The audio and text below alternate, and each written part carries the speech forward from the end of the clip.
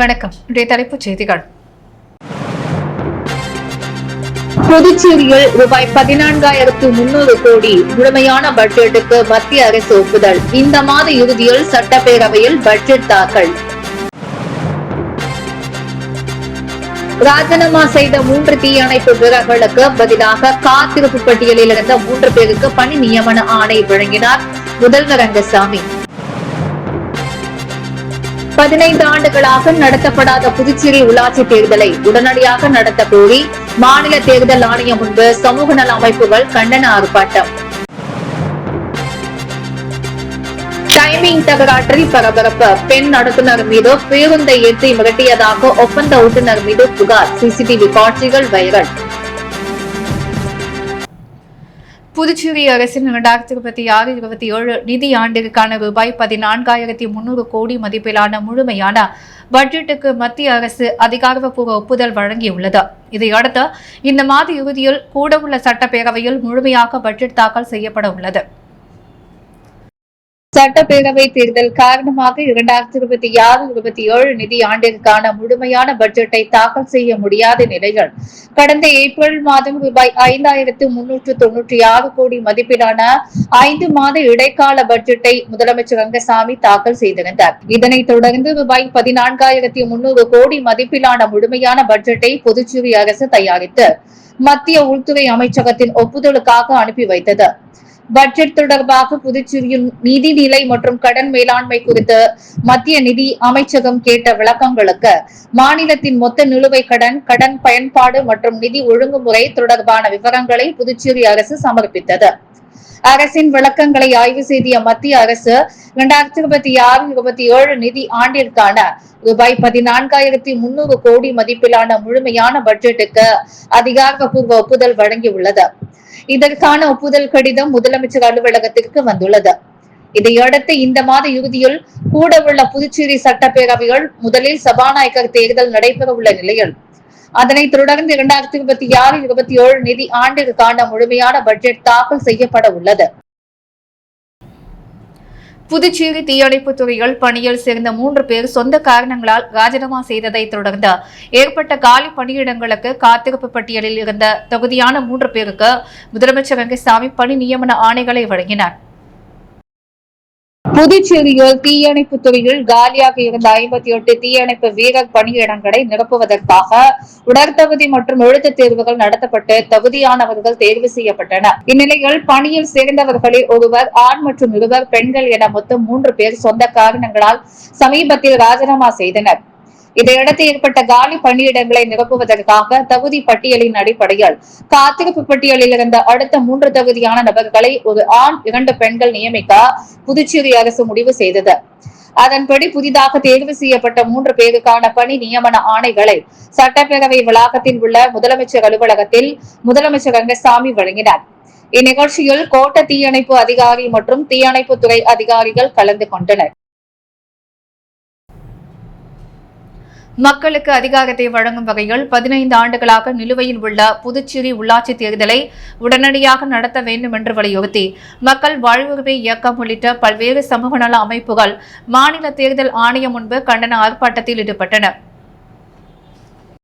புதுச்சேரியில் கடந்த 2006ஆம் ஆண்டு சென்னை உயர்நீதிமன்ற உத்தரவின் பெயரில் நடைபெற்ற உள்ளாட்சி தேர்தலில் 98 கிராம பஞ்சாயத்துகள், 10 கொம்யூன் பஞ்சாயத்துகள் மற்றும் 5 நகராட்சிகளுக்கு தேர்தல் நடத்தப்பட்ட மொத்தம் 1338 மக்கள் பிரதிநிதிகள் தேர்வு செய்யப்பட்டனர்.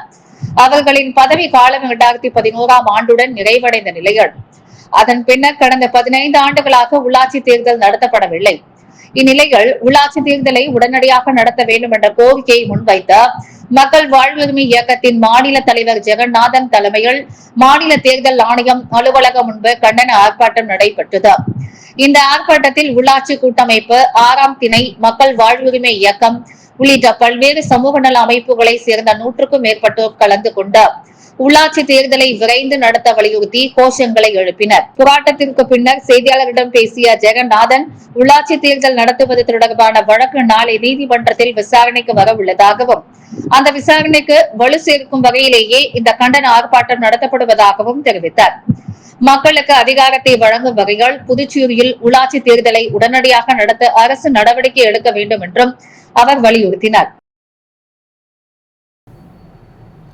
புதுச்சேரியில் டைமிங் தகராறு காரணமாக அரசு பேருந்து பெண் நடத்துனர் மீது பேருந்தை ரிவர்ஸ் எடுத்த மோத முயன்றதாக ஒப்புதல் ஓட்டுநர் மீது புகார் எழுந்துள்ளது. இந்த சம்பவம் தொடர்பாக சிசிடிவி காட்சிகள் வெளியாகி பரபரப்பை ஏற்படுத்தியுள்ள நிலையில் பிஆர்டிசி நிர்வாகம் விசாரணை தொடங்கியுள்ளது.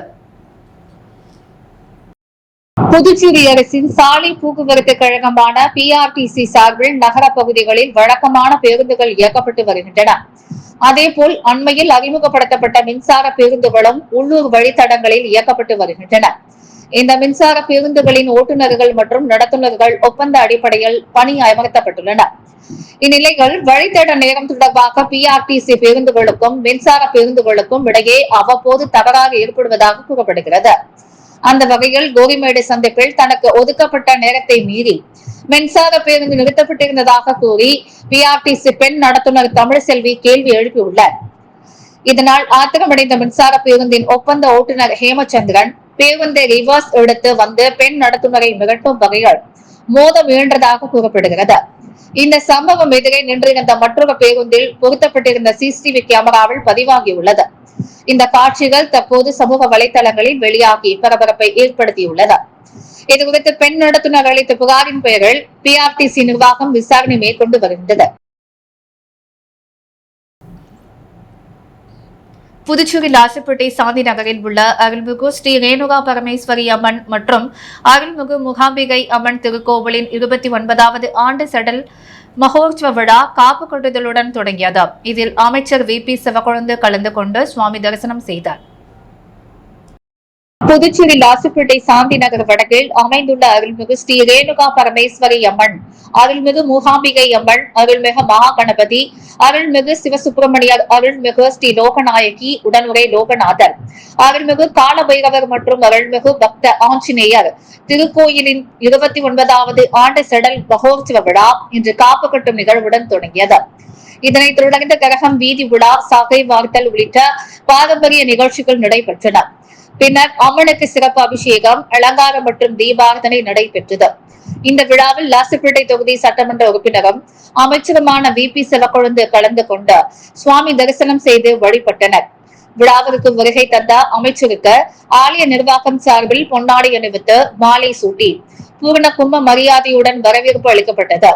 விழாவில் ஏராளமான பக்தர்கள் கலந்து கொண்டு அம்மனை தரிசனம் செய்து வழிபட்டனர். விழாவிற்கான அனைத்து ஏற்பாடுகளையும் ஆலய நிர்வாக குழுவினர் மற்றும் ஊர் பொதுமக்கள் செய்திருந்தனர். புதுச்சேரியில் BNI மற்றும் மனுக்குல விநாயகர் தொழில்நுட்ப கல்லூரி இணைந்து நடத்திய மெகா வேலைவாய்ப்பு முகாம் 131 முன்னணி நிறுவனங்கள் பங்கேற்ற நிலையில் 2000க்கும் மேற்பட்டோருக்கு வேலை வாய்ப்பு கிடைத்தது. புதுச்சேரி மனுக்குல விநாயகர் தொழில்நுட்ப கல்லூரி மற்றும் BNI புதுச்சேரி டாப்போட்டில்ஸ் இணைந்து நடத்திய மெகா வேலை வாய்ப்பு முகாம் 2026 பட்டதாரிகள் மற்றும் வேலை வாய்ப்பை நாடும் இளைஞர்களுக்கு மிகப்பெரிய வாய்ப்பாக அமைந்தது. இந்த முகாமை தக்ஷீலா பல்கலைக்கழகத்தின் வேந்தரும் ஸ்ரீ மணக்குள விநாயகர் கல்வி அறக்கட்டளையின் தலைவர் மற்றும் நிர்வாக இயக்குநருமான தனசேகரன் தொடங்கி வைத்தார். BNI புதுச்சேரியின் நிர்வாக இயக்குநர் இளங்கோ சிறப்பு விருந்தினராக கலந்து கொண்டார்.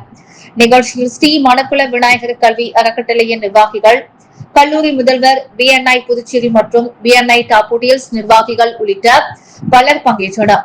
வேலைவாய்ப்பு முகாமில் 5387 பேர் பதிவு செய்திருந்த நிலைகள் 3614 பேர் நேரடியாக பங்கேற்ற பல்வேறு நிறுவனங்களின் நேர்முக தேர்வுகளில் கலந்து கொண்டனர். தகவல் தொழில்நுட்பம், உற்பத்தி, வங்கி, சுகாதாரம், வாகன உற்பத்தி, BPO, சில்லறை வணிகம், தளவாடம் உள்ளிட்ட பல்வேறு துறைகளை சேர்ந்த 131 முன்னணி நிறுவனங்கள் பங்கேற்ற ஆயிரக்கணக்கான பணியிடங்களுக்கு ஆட்களை தேர்வு செய்தனர். இந்த மெகா வேலை வாய்ப்பு முகாமின் மூலம் 2000க்கும் மேற்பட்ட இளைஞர்களுக்கு வேலை வாய்ப்பு கிடைத்ததாக நிகழ்ச்சி ஏற்பாட்டாளர்கள் தெரிவித்திருந்தனர்.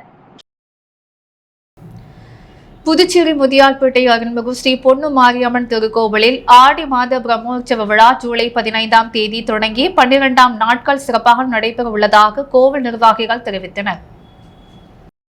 புதுச்சேரி முத்தியால்பேட்டை வேலாயுத பிள்ளை நகரில் முத்தியால்பேட்டை காவல் நிலையம் எதிரே அமைந்துள்ள அருள்மிகு ஸ்ரீ பொன்னு மாரியம்மன் திருக்கோவிலில் நடைபெற்ற செய்தியாளர் சந்திப்பில் விழா நிகழ்ச்சிகள் குறித்து கோவில் நிர்வாகிகள் விளக்கம் அளித்தனர். அதன்படி ஜூலை 15ஆம் தேதி மகா கணபதி ஹோமம் மற்றும் வாஸ்து பூஜையுடன் பிரம்மோற்சவ விழா தொடங்குகிறது. மறுநாள் கொடியேற்றத்துடன் விழா நிகழ்ச்சிகள் தொடர்ந்து நடைபெறுகின்றன. ஆடி மாதத்தின் 5 வெள்ளிக்கிழமைகளிலும் சிறப்பு அபிஷேக ஆராதனைகள் நடைபெற உள்ளன. 2வது வெள்ளிக்கிழமை தேர் திருவிழா, 3வது வெள்ளிக்கிழமை பால்குட ஊர்வலம் மற்றும் அம்பாளுக்கு பால் அபிஷேகம் நடைபெறுகிறது. 4வது மற்றும் 5வது வெள்ளிக்கிழமைகளில் சந்தன அலங்காரத்தில் அம்பாள் பக்தர்களுக்கு அருள் பாலிக்க உள்ளார். விழாவை முன்னிட்டு தினமும் 6 மகா திருமண நிலையத்தில் அன்னதானம் நடைபெற ஏற்பாடு செய்யப்பட்டுள்ளதாகவும் ஆடி மாதம் முழுவதும் சிறப்பு பூஜைகள் நடைபெறும் என்றும் நிர்வாகிகள் தெரிவித்திருந்தனர். மேலும் புதுச்சேரி மட்டுமின்றி கடலூர், விழுப்புரம், திண்டிவனம், மரக்காணம் உள்ளிட்ட பகுதிகளில் இருந்தும் ஏராளமான பக்தர்கள் திருவிழாவில் பங்கேற்று அம்மனை தரிசிப்பார்கள் எனவும் கோவில் நிர்வாகிகள் தெரிவித்தனர்.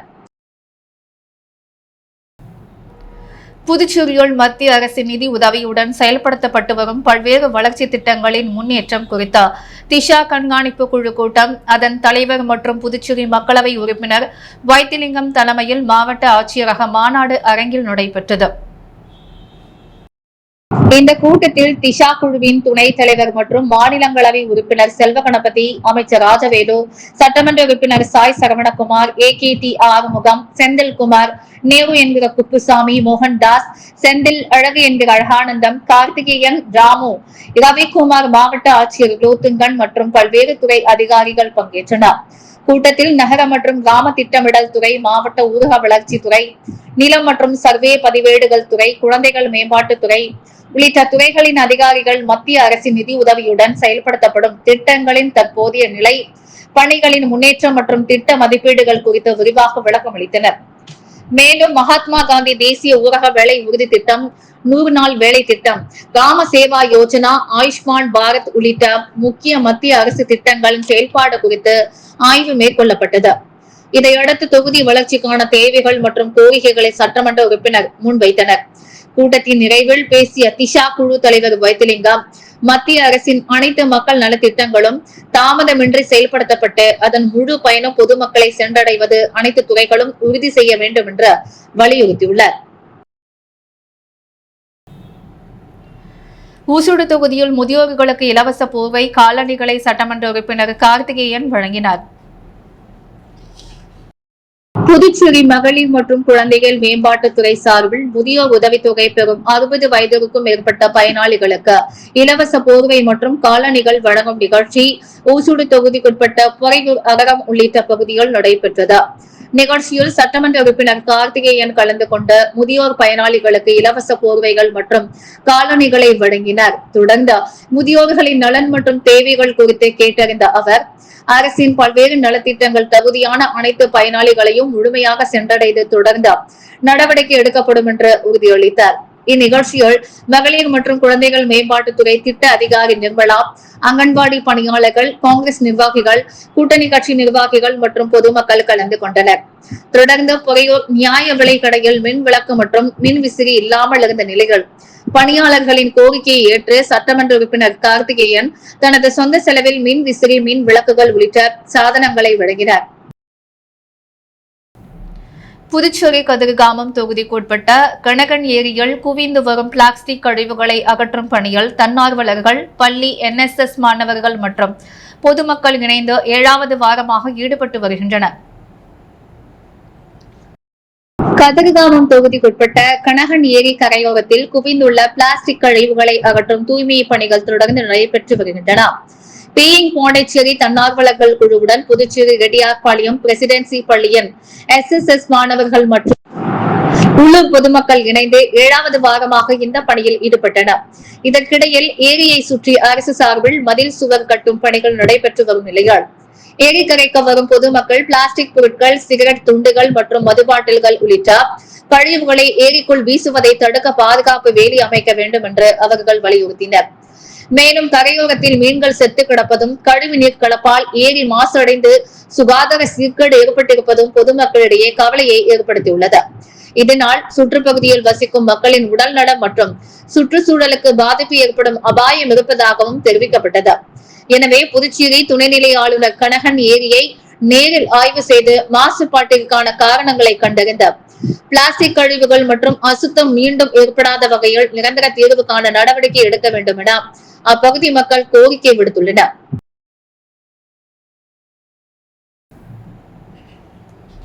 புதுச்சேரி மணவெளி தொகுதி சட்டமன்ற உறுப்பினர் ராமுவின் பிறந்தநாள் விழா தொகுதி முழுவதும் சிறப்பு பூஜைகள், நலத்திட்ட உதவிகள் மற்றும் பொதுமக்கள் பங்கேற்ற நிகழ்ச்சிகளுடன் கோலாகலமாக கொண்டாடப்பட்டது.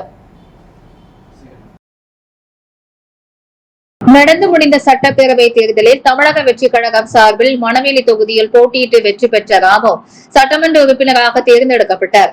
அவரது பிறந்தநாளை முன்னிட்டு மணவெளி தொகுதி முழுவதும் பல்வேறு நிகழ்ச்சிகள் நடைபெற்றன. டிஎன் பாளையம், அபிஷேகப்பாக்கம், நோனாங்குப்பம், 12 கேட், மணவெளி, இடையார்பாளையம், தானம்பாளையம், தவளக்குப்பம், நல்லவாடு, பூர்ணாங்குப்பம், புதுக்குப்பம் உள்ளிட்ட பல்வேறு கிராமங்களில் உள்ள கோவில்களில் சிறப்பு பூஜைகள் நடைபெற்றன. தொடர்ந்து நடைபெற்ற பிறந்தநாள் விழாக்களில் சட்டமன்ற உறுப்பினர் ராமு கலந்து கொண்ட பொதுமக்கள் மற்றும் சிறுவர் சிறுமிகள் முன்னிலைகள் கேக் வெட்டி பிறந்தநாளை கொண்டாடினர்.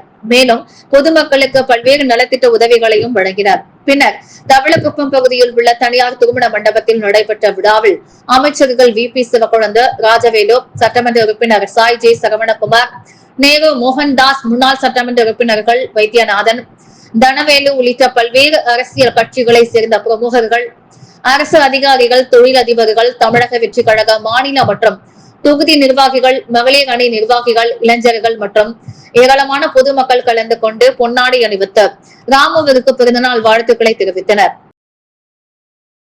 புதுச்சேரி வில்லியனூரில் உள்ள தனியார் அட்டை தொழிற்சாலையில் ஏற்பட்ட பயங்கர தீ விபத்தில் குடோனில் குவித்து வைக்கப்பட்டிருந்த அட்டை மூலப்பொருட்கள் மற்றும் தயாரிப்புகள் தீக்கிரையாகின. 3 மணி நேரத்திற்கும் மேலாக தீயணைப்பு வீரர்கள் போராடி தீயை முழுமையாக அணைக்க முடியாமல் திணறியதால் சம்பவ இடத்தில் பரபரப்பு நிலவியது. வில்லியனூரில் செயல்பட்டு வரும் தனியார் அட்டை தொழிற்சாலையின் குடோனில் திடீரென தீ விபத்து ஏற்பட்டிருந்தது. அங்கு அடுக்கி வைக்கப்பட்டிருந்த அட்டை மூலப்பொருட்கள் மற்றும் தயாரிப்புகள் தீ வேகமாக பரவி தொழிற்சாலையின் பெரும் பகுதியை சூழ்ந்தது. எளிதில் தீப்பற்றக்கூடிய பொருட்கள் அதிக அளவில் இருந்ததும் கடுமையான வெப்பமும் தீ வேகமாக பரவ காரணமாக இருந்ததாக முதற்கட்ட தகவல்களில் தெரிவிக்கின்றன. தகவல் அறிந்த தொழிற்சாலை ஊழியர்கள் உடனடியாக காவல்துறை மற்றும் தீயணைப்பு துறையினருக்கு தகவல் தெரிவித்தனர். இதையடுத்து நகர மற்றும் கிராமப்புற தீயணைப்பு நிலையங்களை சேர்ந்த வீரர்கள் பல தீயணைப்பு வாகனங்களுடன் சம்பவ இடத்திற்கு விரைந்து வந்து தீயை கட்டுப்படுத்தும் பணியில் ஈடுபட்டனர்.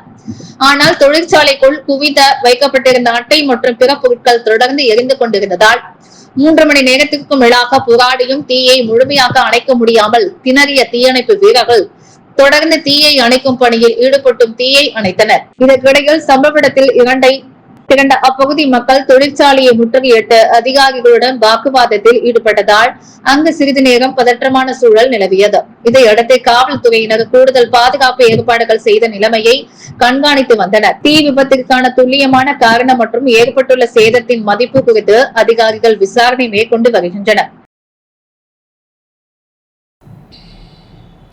புதுச்சேரி கடற்கரை சாலையில் வாகனங்களில் செல்ல தடை அமலில் உள்ள நிலையில் கர்நாடகா பதிவெண் கொண்ட கார் ஒன்று நள்ளிரவில் அதிவேகமாக சென்ற வீடியோ சமூக வலைதளத்தில் வைரலாகியுள்ளது. இதையடுத்து வாகன எண்ணை வைத்து வழக்கு பதிவு செய்துள்ள போக்குவரத்து போலீசார் சம்பவம் குறித்து தீவிர விசாரணை மேற்கொண்டு வருகின்றனர். சுற்றுலா பயணிகள் அதிகம் வந்து செல்லும் புதுச்சேரி ராக் கடற்கரைகள் பொதுமக்கள் மற்றும் சுற்றுலா பயணிகளின் பாதுகாப்பை கருத்தில் கொண்ட வார இறுதி மற்றும் விடுமுறை நாட்களில் கடற்கரை சாலையில் அனைத்து வகை வாகனங்களும் செல்ல தடை விதிக்கப்பட்டுள்ளது. இதற்காக கடற்கரை சாலையின் இருபுறங்களிலும் போர்க்காடுகள் அமைக்கப்பட்டு போலீசார் கண்காணிப்பில் ஈடுபட்டு வருகின்றனர். இருப்பினும் நள்ளிரவு நேரங்களில் சிலர் போர்க்காடுகளை அகற்றி பைக் மற்றும் கார்களில் அதிவேகமாக செல்வதாக புகார்கள் எழுந்து வருகின்றனர். இந்நிலையில் கர்நாடகா பதிவெண் கொண்ட சிவப்பு நிற கோவஸ் வேன் கார் ஒன்று கடற்கரை சாலையில் அசுர வேகத்தில் சென்ற காட்சி சமூக வலைதளங்களில் வைரலானது. இதை அடுத்த வாகனத்தின் பதிவெண்ணை அடிப்படையாக கொண்டு போக்குவரத்து போலீசார் வழக்கு பதிவு செய்தார். தடை செய்யப்பட்ட பகுதியில் கார் ஓட்டி சென்றது எப்படி, யார் ஓட்டி சென்றனர் என்பது உள்ளிட்ட கோணங்களில் தீவிர விசாரணை நடத்தி வருகின்றனர். 237வது பிரான்ஸ் தேசிய தினம் புதுச்சேரியில் இன்று மரியாதையுடன் கடைபிடிக்கப்பட்டது. இதையொட்டி கடற்கரை சாலையில் உள்ள போர் வீரர்கள் நினைவு தூணில் பிரான்ஸ் துணை தூதர் ஜீன் பிலிப் தூதர் மற்றும் மாவட்ட ஆட்சியர் குலோத்துங்கன் மலர் வளையம் வைத்து அஞ்சலி செலுத்தினர். பிரான்ஸ் நாட்டில் கடந்த 1789 ஆண்டு ஜூலை 14 நடைபெற்ற மக்கள் புரட்சியின் மூலம் மன்னராட்சி முடிவுக்கு கொண்டு வரப்பட்டு மக்களாட்சி நிறுவப்பட்டது. அந்த வரலாற்று சிறப்புமிக்க நாளை நினைவு கூறும் வகைகள் ஆண்டுதோறும் ஜூலை 14 பிரான்ஸ் தேசிய தினம் கொண்டாடப்பட்டு வருகிறது. அதன்படி 237வது பிரான்ஸ் தேசிய தினம் புதுச்சேரியிலும் இன்று கடைபிடிக்கப்பட்டது. இதையொட்டி கடற்கரை சாலையில் அமைந்துள்ள போர் வீரர்கள் நினைவு தூணில் புதுச்சேரிக்கான பிரான்ஸ் துணை தூதர் ஜூன் பிலிப் தூதர் மற்றும் புதுச்சேரி அரசு சார்பில் மாவட்ட ஆட்சியர் குலோத்துங்கன் மலர் வளையம் வைத்து மரியாதை செலுத்தினர். தொடர்ந்து இந்தியா மற்றும் பிரான்ஸ் ஆகிய இரு நாடுகளின் தேசிய கொடிகள் ஏற்றப்பட்ட தேசிய கீதங்கள் இசைக்கப்பட்டன. இதில் அரசு துறை அதிகாரிகள், பிரான்ஸ் நாட்டை சேர்ந்த முக்கிய பிரமுகர்கள் மற்றும் சிறப்பு விருந்தினர்கள் கலந்து கொண்ட தேசிய தின நிகழ்வில் பங்கேற்றனர். சென்னை மறைமலை நகரில் நடைபெற்ற லட்சிய ஜனநாயக கட்சியின் தமிழ்நாடு மாநில மற்றும் மாவட்ட பொறுப்பாளர்கள் அறிவிப்பு கூட்டத்தில் 120 மாநில மற்றும் மாவட்ட பொறுப்பாளர்கள் அறிவிக்கப்பட்ட நியமன சான்றிதழ்கள் வழங்கப்பட்டன. நிகழ்ச்சிக்கு தலைமை தாங்கிய கட்சி தலைவர் ஜோ சார்லஸ் மார்டின் உள்ளாட்சி தேர்தலில் கட்சியின் வலிமையை நிரூபிப்போம் என்று தெரிவித்தார். சென்னை மறைமலை நகரில் உள்ள தனியார் மண்டபத்தில் லட்சிய ஜனநாயக கட்சியின் தமிழ்நாடு மாநில மற்றும் மாவட்ட பொறுப்பாளர்கள் அறிவிப்பு கூட்டம் நடைபெற்றது. கட்சி தலைவரும் புதுச்சேரி காமராஜர் நகர தொகுதி சட்டமன்ற உறுப்பினருமான ஜோ சார்லஸ் மார்டின் தலைமையில் நடைபெற்ற நிகழ்ச்சியில் மாநில பொதுச் செயலாளர் நெல்லை ஜீவா உள்ளிட்ட நிர்வாகிகள் கலந்து கொண்டனர். நிகழ்வில் 120 மாநில மற்றும் மாவட்ட பொறுப்பாளர்கள் அறிவிக்கப்பட்ட அவர்களுக்கு நியமன சான்றிதழ்கள் வழங்கப்பட்டன. இதற்கு முன்பு செய்தியாளர்களை சந்தித்த ஜோ சார்லஸ் மார்டின் வரவிருக்கும் உள்ளாட்சி தேர்தலை முன்னிட்டு கட்சியை வழிபடுத்தும் பணிகள் தீவிரமாக நடைபெற்று வருவதாகவும், புதுச்சேரியை போலவே தமிழகத்திலும் லட்சிய ஜனநாயக கட்சியை மக்கள் இயக்கமாக வளர்ப்பதே இலக்கு என்றும் கூறினார். மக்கள் வாழ்வாதாரம், குடிநீர், பெண்கள் பாதுகாப்பு, வேலை வாய்ப்பு, கடன் சுமை உள்ளிட்ட அடிப்படை பிரச்சனைகளுக்கு தீர்வு காணும் நோக்கத்திலேயே கட்சி உருவாக்கப்பட்டதாகவும் அவர் தெரிவித்தார். மேலும் தமிழக அரசின் செயல்பாடு, எதிர்கட்சிகளின் நிலைப்பாடு, போதைப் பொருள் தடுப்பு நடவடிக்கைகள் மற்றும் பெண்கள் பாதுகாப்பு உள்ளிட்ட பல்வேறு அரசியல் மற்றும் மக்கள் நல விவகாரங்கள் குறித்தும் தனது கருத்துக்களை அவர் பதிவு செய்தார். அரசியலில் மாற்றத்தை மக்கள் எதிர்பார்த்து வருவதாகவும், அந்த மாற்றத்தை வழங்கும் சக்தியாக லட்சிய ஜனநாயக கட்சி உருவெடுத்து வருகிறது என்றும் ஜோ சார்லஸ் மார்டின் தெரிவித்தார். புதுச்சேரி தொழிலாளர் நீதிமன்றம் கடந்த மார்ச் 27 வழங்கிய தீர்ப்பை 3 மாதங்களாகியும் நடைமுறைப்படுத்தாமல் L&T நிர்வாகம் நீதிமன்ற உத்தரவை அவமதித்து வருவதாக குற்றம் சாட்டிய தொழிலாளர் மற்றும் தொழிற்சங்க நிர்வாகிகள் தொழிலாளர்களின் வாழ்வாதாரத்தை கருத்தில் கொண்டு நீதிமன்ற தீர்ப்பை உடனடியாக அமல்படுத்த வேண்டும் என்று வலியுறுத்தியுள்ளனர். புதுச்சேரி சேதராப்பட்டு தொழிற்பேட்டையில் செயல்பட்டு வரும் L&T தொழிற்சாலையில் 30 ஆண்டுகளுக்கும் மேலாக பணியாற்றி வரும் தொழிலாளர்களின் பணி நிரந்தரம் மற்றும் வருடாந்திர போனஸ் தொடர்பான வழக்குகள் கடந்த 2020 ஆண்டு முதல் நாம் தமிழர் தொழிலாளர் நல சங்கம் சார்பில் தொழிலாளர் நீதிமன்றத்தில் நடைபெற்று வந்தன. இதற்கிடையில் 2022 ஆண்டு L&T நிர்வாகம் சட்டவிரோதமாக கதவடைப்பு செய்ததாகவும், அதனை எதிர்த்து பல்வேறு வழக்குகள் இன்னும் நிலுவையில் உள்ளதாகவும் தொழிற்சங்க நிர்வாகிகள் தெரிவித்திருந்தனர். பணி நிரந்தரம் கோரி தொடரப்பட்ட வழக்கில் கடந்த மார்ச் 27 தீர்ப்பு வழங்கிய தொழிலாளர் நீதிமன்றம் 1991 ஆண்டு முதல் பணிபுரியும் தொழிலாளர்களை பணி நிரந்தரம் செய்யவும், பின் தேதியிட்டு அனைத்து பண பலன்களையும் 2 மாதங்களுக்கு வழங்கவும் உத்தரவிடப்பட்டது. ஆனால் தீர்ப்பு வழங்கப்பட்டு 3 மாதங்களுக்கு மேலாகியும் அதை நடைமுறைப்படுத்தாமல் தொழிலாளர்களை அலைக்கழிக்கும் வகையில் L&T நிர்வாகம் செயல்பட்டு வருவதாக அவர்கள் குற்றம் சாட்டினர். இதனால் தொழிலாளர்களின் குடும்ப சூழ்நிலை மற்றும் வாழ்வாதாரத்தை கருத்தில் கொண்ட தொழிலாளர் நீதிமன்றத்தின் தீர்ப்பை உடனடியாக அமல்படுத்துமாறு L&T நிர்வாகத்திற்கு தொழிற்சங்க நிர்வாகிகள் கோரிக்கை விடுத்தனர். இந்த தீர்ப்பை வழங்கிய தொழிலாளர் நீதிமன்ற நீதிபதிக்கும் வழக்கறிஞர்கள் வேல்முருகன், பிரித்தி வேல்முருகன் மற்றும் மிதுன் சக்கரவர்த்தி ஆகியோருக்கும் நன்றியையும் வாழ்த்துக்களையும் தெரிவித்த தொழிற்சங்க நிர்வாகிகள் தொழிலாளர் நீதிமன்றம் வழங்கிய அனைத்து தீர்ப்புகளையும் சம்பந்தப்பட்ட நிர்வாகங்கள் மனிதாபிமான அடிப்படையில் உடனடியாக நடைமுறைப்படுத்த வேண்டும் என்று வலியுறுத்தினர். இந்த செய்தியாளர் சந்திப்பில் நாம் தமிழர் கட்சி தொழிற்சங்க செயல்பாட்டாளர் ரமேஷ் மற்றும் L&T தொழிலாளர்கள் கிருஷ்ணமூர்த்தி, பாலமுருகன், கரசு முருகன், புவனேஸ்வரன், உப்புவேலூர் முருகன், கோப்பு சுப்பிரமணியன், சரவணன், ஐயங்கார் மூர்த்தி, கனகராஜ், ஜெகதீசன் உள்ளிட்டோர் கலந்து கொண்டனர். புதுச்சேரி அரசு கலை மற்றும் அறிவியல் கல்லூரியில் பல ஆண்டுகளாக பணியாற்றி வரும் ஒப்பந்த ஆசிரியர்களை நீக்கி புதிய ஒப்பந்த ஆசிரியர்களை நியமிக்க அரசு முயற்சிப்பதாக வெளியாகியுள்ள தகவலுக்கு தேசிய மக்கள் முன்னணி கட்சியின் நிறுவன தலைவர் சுவாமிநாதன் கடும் கண்டனம் தெரிவித்துள்ளார். செய்தியாளர்களை சந்தித்த சுவாமிநாதன், புதுச்சேரி, காரைக்கால் மற்றும் மாஹே பகுதியில் உள்ள அரசு கல்லூரிகளில் கடந்த 2018 மற்றும் 2020 ஆண்டுகளில் நியமிக்கப்பட்ட ஒப்பந்த ஆசிரியர்கள் பல ஆண்டுகளாக தொடர்ந்து பணியாற்றி வருவதாக கூறினார். அவர்களை பணி நீக்கம் செய்து அதே பணியிடங்களுக்கு மீண்டும் புதிய ஒப்பந்த ஆசிரியர்களை நியமிக்க அரசு திட்டமிட்டுள்ளதாக வெளியாகியுள்ள தகவல் அதிர்ச்சி அளிப்பதாகவும் இது எடுக்க முடியாத நடவடிக்கை என்றும் அவர் தெரிவித்தார்.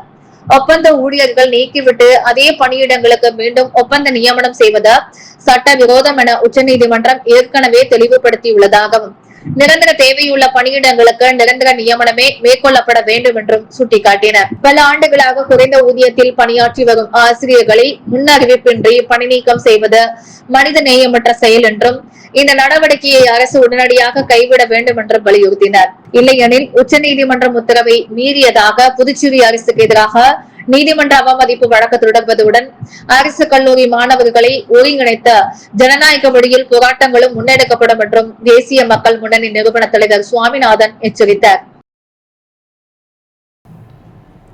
புதுச்சேரி சுயநிதி தனியார் பள்ளிகள் சங்கங்களின் கூட்டமைப்பின் சார்பில் பிறந்தநாள் கொண்டாடிய மணவேலி தொகுதி சட்டமன்ற உறுப்பினர் ராமுவிற்கு பொன்னாடை அணிவித்து இனிப்புகள் வழங்கி வாழ்த்துக்கள் தெரிவிக்கப்பட்டது. புதுச்சேரி தவளக்குப்பம் திருமண மண்டபத்தில் நடைபெற்ற நிகழ்ச்சியில் சுயநிதி தனியார் பள்ளிகள் சங்கங்களின் கூட்டமைப்பின் தலைவர் டாக்டர் டி ரங்கநாதன், பொதுச் செயலாளர் டாக்டர் ராமா சிவராஜன், பொருளாளர் டாக்டர் சிவசுப்பிரமணியன், இணை செயலாளர் டாக்டர் சம்பத், துணை தலைவர் டாக்டர் இளமதி அழகன் மற்றும் அரியாங்குப்பம் மணவெளி ராத்தா மேல்நிலைப் பள்ளியின் தாளாளர் டாக்டர் பெர்லின் ஜெயக்குமார் உள்ளிட்டோர் கலந்து கொண்ட சட்டமன்ற உறுப்பினர் ராமுவிற்கு பொன்னாடை அணிவித்து பிறந்தநாள் வாழ்த்து தெரிவித்தனர். இதனைத் தொடர்ந்து சட்டமன்ற உறுப்பினர் ராமு நிகழ்ச்சியில் பங்கேற்ற பள்ளி நிர்வாகிகள் மற்றும் கூட்டமைப்பின் நிர்வாகிகளுக்கு சால்வை அணிவித்து மரியாதை செலுத்தி நன்றி தெரிவித்தார். இந்நிகழ்ச்சியில் சுயநிதி தனியார் பள்ளிகள் சங்கங்களின் கூட்டமைப்பு சேர்ந்த நிர்வாகிகள், பள்ளி தாளர்கள் மற்றும் உறுப்பினர்கள் ஏராளமானோர் கலந்து கொண்ட சட்டமன்ற உறுப்பினர் ராமுவிற்கு பிறந்தநாள் வாழ்த்துக்களை தெரிவித்தனர். ஆடி மாத அமாவாசையை முன்னிட்டு முருங்கபாக்கம் அங்காளம்மன் ஆலயத்தில் அக்னி கரகம் எடுத்தல் மற்றும் ஊஞ்சல் உற்சவம் நடைபெற்றது. புதுச்சேரி முருங்கபாக்கம் தொகுதியில் எழுந்தருளியுள்ள அருள்மிகு ஸ்ரீ அங்காள பரமேஸ்வரி அம்மன் ஆலயத்தில் மாதம் தோறும் அமாவாசை திதி அன்று அக்னி கரகம் எடுத்தல் விழா நடைபெறுவது வழக்கம். அதனை அடுத்த ஆனி மாத அமாவாசையை முன்னிட்டு இவ்வாலயத்தில் அம்மனுக்கு சிறப்பு அபிஷேக ஆராதனைகள் நடைபெற்ற சிறப்பு பூஜைகளுடன் அக்னி கரகம் எடுத்து விழா நிறைவு பெற்றது. இதில் நூற்றுக்கணக்கான பக்தர்கள் அக்னி கரகம் எடுத்து தங்களது நேர்த்தி கடன்களை செலுத்தினர். மேலும் உற்சவ மூர்த்தியின் சிறப்பு அலங்காரத்தில் ஊஞ்சல் உற்சவம் நடைபெற்றது. அதனைத் தொடர்ந்து அன்னதானமும் வழங்கப்பட்டது. இவ்விழாவிற்கான ஏற்பாடுகளை உபயதாரர்கள், உதவி துணை ஆய்வாளர்கள் பாலசுப்ரமணியன் குடும்பத்தினர் மற்றும் ஆலய நிர்வாக அதிகாரி பாலசுந்தரம், அக்னி கரக திருப்பணி குழுவினர் ஆகியோர் சிறப்பாக செய்திருந்தனர். புதுச்சேரி லாசிப்பேட்டை நாவலர் நெடுஞ்செழியன் அரசு மேல்நிலைப் பள்ளியில் ஆண்டு விளையாட்டு விழா உற்சாகமாக நடைபெற்றது. இதில் மாணவர்கள், ஆசிரியர்கள் மற்றும் பெற்றோர்கள் ஆர்வமுடன் பங்கேற்றனர். புதுச்சேரி லாசிப்பேட்டையில் உள்ள நாவலர் நெடுஞ்செழியன் அரசு மேல்நிலைப் பள்ளியில் ஆண்டு விளையாட்டு விழா கோலாகலமாக நடைபெற்றது. விழாவிற்கு பள்ளி முதல்வர் அர்பிதா தாஸ் தலைமை தாங்கினார். தமிழ் விரிவுரையாளர் ரத்தினவேலு வரவேற்புரை வழங்கினார். புதுச்சேரி மாவட்ட ஆசிரியர் பயிற்சி மையத்தின் முதல்வர் ராமகிருஷ்ணன் சிறப்பு விருந்தினராக கலந்து கொண்டு விழாவை சிறப்பித்தார். முன்னதாக மாணவர்கள் 4 அணிகளாக பிரிக்கப்பட்டு ஓட்டப்பந்தயம், தொடர் ஓட்டம் உள்ளிட்ட பல்வேறு தடகள மற்றும் விளையாட்டு போட்டிகள் நடத்தப்பட்டன. மேலும் ஆசிரியர்கள் மற்றும் பெற்றோர்களுக்காகவும் தனித்தனி போட்டிகள் நடத்தப்பட்டு வெற்றி பெற்றவர்களுக்கு பரிசுகளும் வழங்கப்பட்டன. விளையாட்டுப் போட்டிகளை பள்ளியின் உடற்கல்வி விரிவுரையாளர் டாக்டர் ஆரோக்கியராஜ் சீசர் மற்றும் உடற்கல்வி ஆசிரியர் எழுமலை ஆகியோர் ஒருங்கிணைத்து நடத்தினர். இந்த ஆண்டு விளையாட்டு விழாவில் ஆசிரியர்கள், மாணவர்கள், அலுவலக ஊழியர்கள் மற்றும் பெற்றோர்கள் திரளாக கலந்து கொண்ட நிகழ்ச்சியை சிறப்பித்தனர். முத்துப்பிள்ளைப்பாளையம் அருள்மிகு முத்து விநாயகர், ஸ்ரீ அழகுமுத்து ஐயனாரப்பன் மற்றும் அருள்மிகு ஸ்ரீ பொன்னிமுத்து மாரியம்மன் ஆலய 201 ஆண்டு செடல் உற்சவ விழா நடைபெற்றது. புதுச்சேரி உழவர்கரை நகராட்சி முத்துப்பிள்ளைப்பாளையம் பகுதியில் அமைந்துள்ள அருள்மிகு ஸ்ரீ முத்து விநாயகர் ஸ்ரீ அழகமுத்து ஐயனாரப்பன் மற்றும் அருள்மிகு பொன்னிமுத்து மாரியம்மன் ஆலய 201ஆம் ஆண்டு செடல் உற்சவ விழா கடந்த 9ஆம் தேதி வியாழக்கிழமை காப்பு கட்டுதல் மற்றும் கொடியேற்றத்துடன் தொடங்கியது. தொடர்ந்து ஒவ்வொரு நாளும் அம்மன் ஆலய வளாகத்தில் உலா வருதல் நிகழ்ச்சி நடைபெற்றது. தொடர்ந்து நேற்று சுவாமிக்கு ஊரணி பொங்கல் வைத்தல், ஸ்ரீ ஐயனாரப்பன் சுவாமி பொருட்களை பூரணி வீதி உலா வருத்தல் விழா நிகழ்ச்சி வெகு விமர்சையாக நடைபெற்றது. இதில் திரளான பக்தர்கள் கலந்து கொண்டு சுவாமியை வழிபட்டனர். இதற்கான ஏற்பாடுகளை ஆலய நிர்வாகம், செயற்குழு உறுப்பினர்கள் மற்றும் விழா குழுவினர், கிராமவாசிகள் சிறப்பாக செய்திருந்தனர். புதுச்சேரியில் இன்று தங்கம் மற்றும் வெள்ளி விலை நிலவரம். முத்து கோல்ட் ஹவுஸ் வழங்கும் இன்றைய தங்கம் மற்றும் வெள்ளி விலை நிலவரம். தங்கம் 1 கிராம் 13,090 ரூபாய். வெள்ளி 1 கிராம் 229 ரூபாய். மீண்டும் இன்றைய முக்கிய செய்திகள். புதுச்சேரியில் ரூபாய் 14,300 கோடி முழுமையான பட்ஜெட்டுக்கு மத்திய அரசு ஒப்புதல். இந்த மாத இறுதியில் சட்டப்பேரவையில் பட்ஜெட் தாக்கல்.